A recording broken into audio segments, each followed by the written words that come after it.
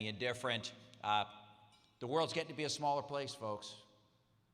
And we can either choose to participate, build upon our nation's greatness and Oregon's great opportunities, or we can let it pass us by.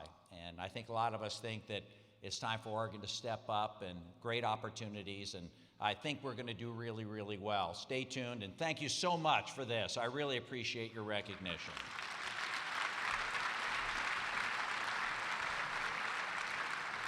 Thank you so much to the OBA. This is truly meaningful as someone who knew Lynn Lundquist as an exemplary public servant. Thank you. This is very meaningful.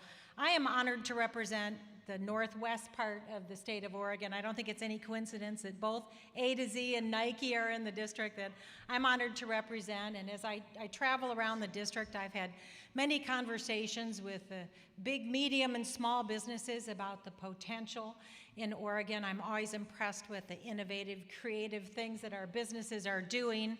They want to talk about trade, about education, about immigration, about the environment. We have great businesses here in Oregon. And I have to say that, as my colleague said, we live in a global marketplace. And I am really excited about the potential for Oregon, and the potential for the First District. With the diversity in the district I represent, I'm pleased to see that the Trans-Pacific Partnership has the first ever dedicated chapter to small and medium-sized businesses. And we know here in Oregon that a 21st century trade agreement done right means more growth, more opportunity, and more jobs here in Oregon. So I'm honored to receive the Lynn Lundquist Award tonight, and have a great evening. Thank you again, OBA.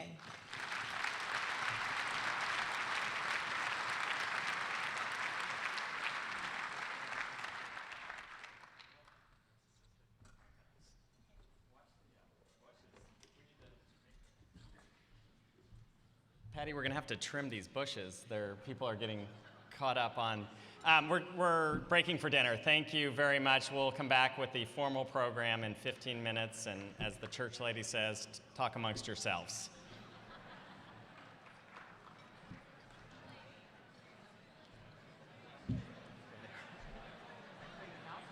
There's all this stuff.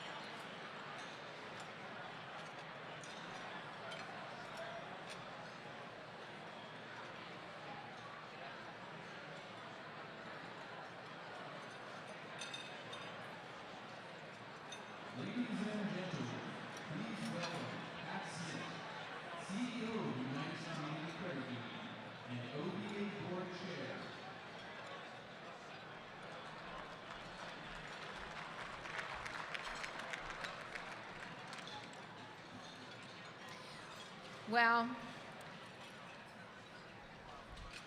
it's been quite a year in Oregon. The famous American poet and bass player for the Grateful Dead, Jerry Garcia, had it right. What a long, strange trip it has been. We had a wild ride in February. Our first four-term governor resigned, and Secretary of State Kate Brown made a seamless transition into Mahonia Hall. Our elected leaders, many of whom are with us tonight, did a commendable job keeping the ship of state steady during those choppy winter waters. Our economy has been prospering and companies expanding. Some companies are growing so fast that courting suitors have changed the business landscape in Oregon as more of our homegrown businesses are acquired. Here at OBA, we have this uniting passion that business can and oftentimes is the force for good in our community. Not just the obvious, that our wonderful companies, and please take a moment to look at many of these companies that are listed in your program this evening. They employ hundreds of thousands of Oregonians, which is the foundation of the American middle class, and provide the valuable public resources that fund schools, healthcare, and public safety. But business also transforms lives. Think of your favorite cause or nonprofit. You will find a group of companies and business leaders standing behind those community servants with time and resources to fuel their work.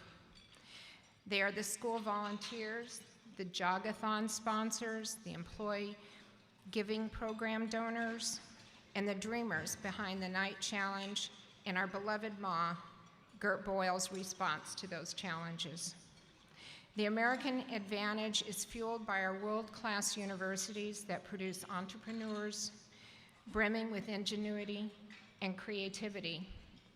Those graduates have kept this country in the game. Just a few names with roots here in Oregon. Goon and Tom Dinhart start Hannah Anderson in a Lake Oswego garage. Steve Jobs drops out of Reed College and leads the most innovative and valuable company on the planet. John Gray founds Oregon Chainsaw Company, which becomes Blunt Incorporated and leaves a charitable legacy that has touched every corner of his beloved Oregon. Dan Wyden and Debbie Kennedy think a little ad agency in Portland, Oregon can play with the big boys on Madison Avenue. And Jack Joyce from the Rogue Nation in Newport at the same time as the Ponzis, the Soka Blossers, and the ERAS headed out to Yamhill County to try their hand at Pinot Noir. The Boyles, the Knights, Schwab, what would Oregon look like if these entrepreneurs didn't have roots in this special state? To quote another poet-musician of that era, John Lennon, imagine. Our hope at OBA in this next year is that we can find a better public dialogue regarding the positive role business plays in every facet of our Oregon, because it is our Oregon together. At this point, I would like to introduce Sally Jewell. Is that right, Ryan? Are we ready? I'm just checking. All right. I now have the honor of introducing Sally Jewell, the Secretary of the U.S. Department of the Interior. Previous to her appointment as Interior Secretary, Sally Jewell was a leader in business. Her work has taken her from the oil fields of Oklahoma to commercial banking to serving as President and CEO of REI. And she is a success at whatever she tackles, from running a company to scaling the world's tallest mountains to taking on the very unique challenge presented by public service in Washington, D.C. Before joining REI, Secretary Jewell spent 19 years as a commercial banker, first as an energy and natural resources expert, and later working with a diverse array of businesses that drive our nation's economy. Trained as a petroleum engineer, she started with Mobil Oil Corporation in the oil and gas fields of Oklahoma, in the exploration and production office in Denver, Colorado, where she was exposed to the remarkable diversity of our nation's oil and gas resources. Then to REI. Under Jewel's tenure, REI nearly tripled business to $2 billion and was consistently ranked as one of the 100 best companies to work for by Fortune magazine. In nominating Sally Jewell, President Obama said, "She is an expert on the energy and climate issues that are going to shape our future. She knows the link between conservation and jobs. She knows that there is no contradiction between being good stewards of the land and the economic progress, that in fact, those two things need to go hand in hand." Ladies and gentlemen, please welcome Sally Jewell.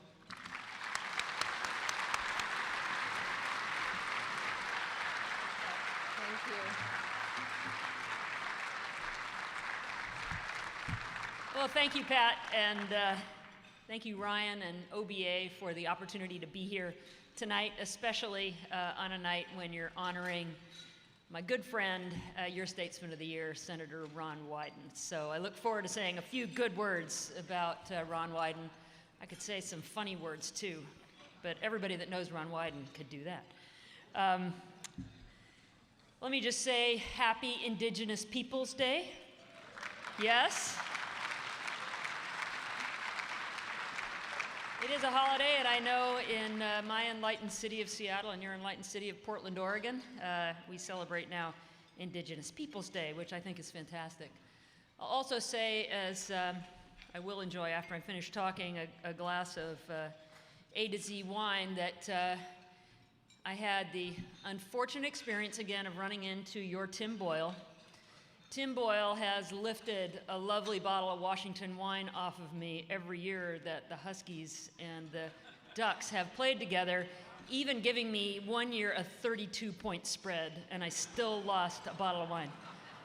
But the good news is, I'm now living in Washington, D.C., and so he better hope that I win the bet, because otherwise he'll be drinking a bottle of Virginia wine. And I will say, Virginia wine tastes really good at the end of a long hike. There's beautiful wineries, rolling hills, really lovely wineries, and then you buy a bottle and you take it home, and I thought, why did I buy this? And the answer is, wine's always better depending on the experience and the people that you're with. So, Tim, you better hope the Huskies beat the Ducks. It's great to be here with an enlightened Oregon delegation that supports trade, and I know that's something that you're all talking about. You are well represented in the state of Oregon back in Washington, D.C., and as difficult as life is back there for them, and it's very difficult right now, particularly in the House of Representatives, I think you can take great comfort that the interests of your state are well represented. So OBA asked me to talk about what's working and what's not working in Washington, D.C., and try and do that in the space of about 15 minutes. Well, I guess to look on the bright side, which is that I'm here, and I didn't have to cancel my trip because we did not shut down on September 30th. So that's really good news. Yeah. So I know I can keep my obligations until the 11th of December when the continuing resolution runs out. And it does mean you can go to the beautiful natural areas like Crater Lake and Oregon Caves and so many other spots without having to worry about them being closed down. But I thought maybe to begin with it would be helpful as a business person, because that's what I know best, having been in business nearly 4 decades and only been a public servant for 2.5 years, to give you just a few observations about the differences between the two, because none of this was obvious to me. First, I want to say that, and we've heard some good examples of this, I am blessed with incredible public servants that work with me day in and day out.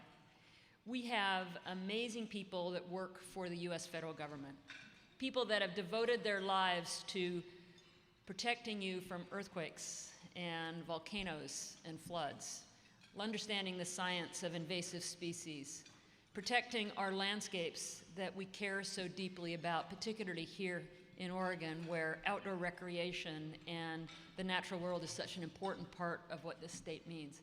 People who work for decades as social workers on Indian reservations dealing with some of the most difficult things that we have. These are great people.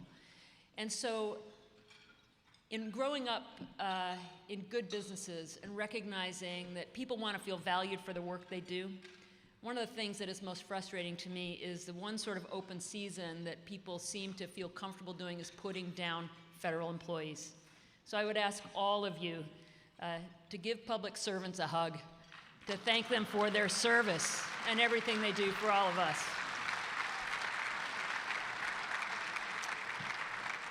So let me talk about another big difference between the private sector and the public sector. All of you in the private sector, Oregon's Business Association, take risks all the time. If you knew the path forward without taking risks, you'd never be successful in business because that easy path would have been taken by somebody else. So you take risks, and when you take risks, sometimes you fail, and you might take a write-off or two, but you learn from that and you move forward, and every place I've worked in business has had that experience. I want you to think about a public servant. You step out, you take a risk, you try something new. What happens to you? You probably get called to a congressional inquiry about why you were wasting the taxpayers' money. Why did you take that risk? Why did you waste that money? Why did you try something new? And the only way to encourage people to take risks is to try and build confidence that you have their back. And yet, many times, people in positions like mine don't have the backs of their employees. And so I think about the recent spill that the EPA was dealing with, the Gold King mine. You know, they were trying to clean up a mess, and there are, by the way, thousands of abandoned mine lands around the country with all kinds of toxins waiting in. They're trying to clean it up. They had a spill. They made a mistake. They took full responsibility for that mistake, and the first thing they do is get called on the carpet with Congress. We need to elevate the conversation and say, how do we deal with some of these things that are so critical without dragging federal employees through the mud so that they don't take the risks and those challenges that we have out there stay? So that's another big change. The next thing I want to talk about is something that, you know, businesses get accused of being short-term mentality, quarter-to-quarter profits. I got to tell you, you think about what's happening in the world. Globalization, what does trade mean to my business?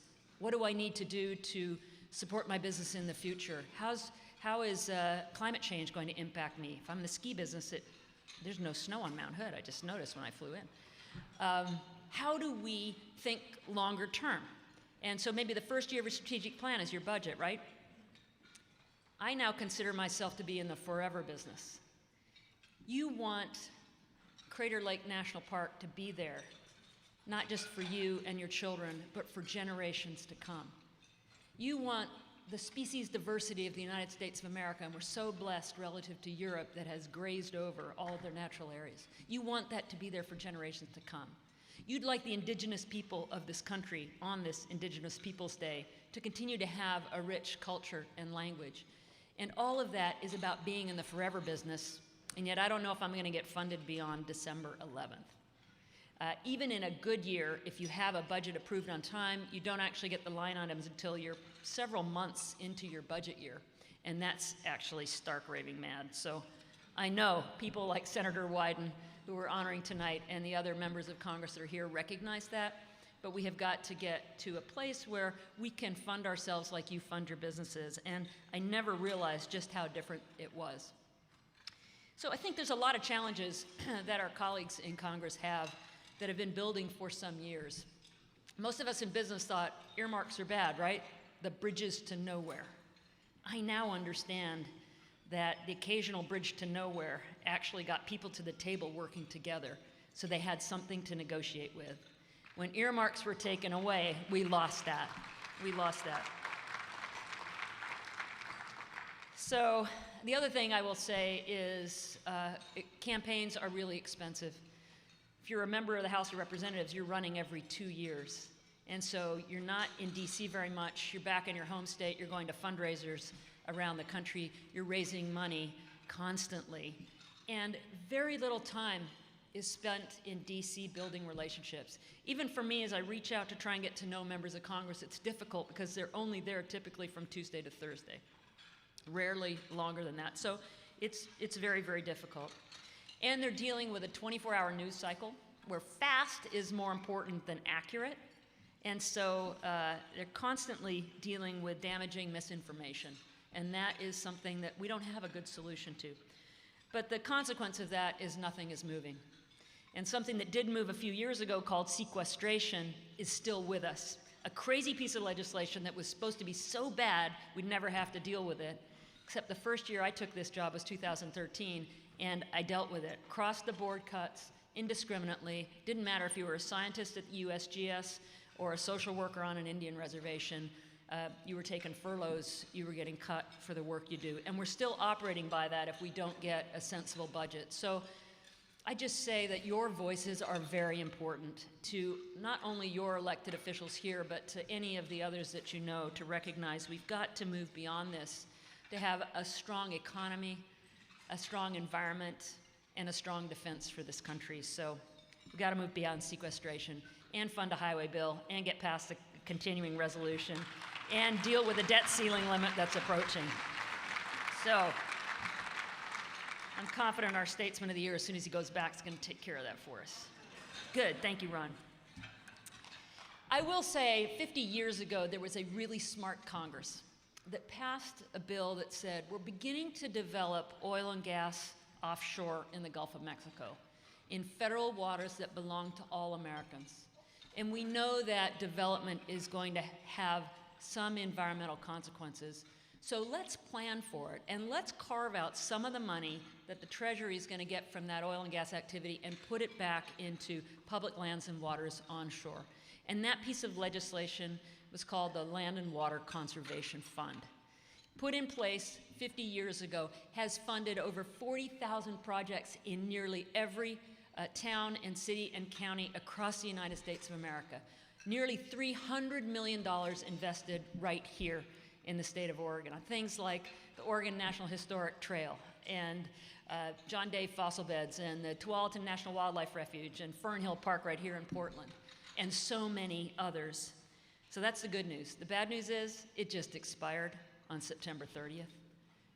It needs to be reauthorized. It needs to have a consistent source of dedicated funding. Your congressional delegation that was represented and here tonight have been champions for that. So let's give them a hand for getting that back across the finish line.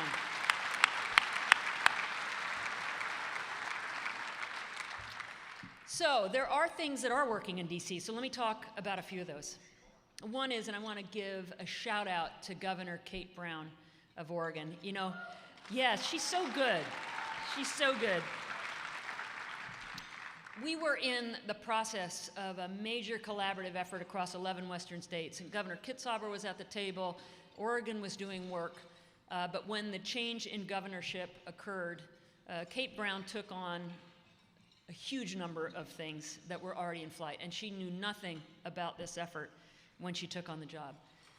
She worked with us on what has become the biggest collaborative landscape preservation effort in the history of the United States, and that is the thoughtful bringing together of Oregon cattlemen and the state of Oregon and the BLM and the U.S. Fish and Wildlife Service and the U.S. Forest Service and the Natural Resources Conservation Service and all other kinds of services together to say, let's preserve the sagebrush sea ecosystem of the American West, because 350 different species depend on that. So Governor Brown was there. And because of her efforts and the efforts of the 11 western states, but in the core, 7 states, including Oregon, the U.S. Fish and Wildlife Service said the right measures are in place to protect the sagebrush sea. We do not have to use the tool, the Endangered Species Act, to protect these because the state stepped up and did the right thing. So congratulations, Oregon and Governor Brown, on that. That is something that's working. So, a few other things that are working. We are engaging the next generation in environmental stewardship. Oregon is known for the great outdoors. It's known for outdoor recreation and tourism and a place that people want to come to. But we've got a growing disconnect between kids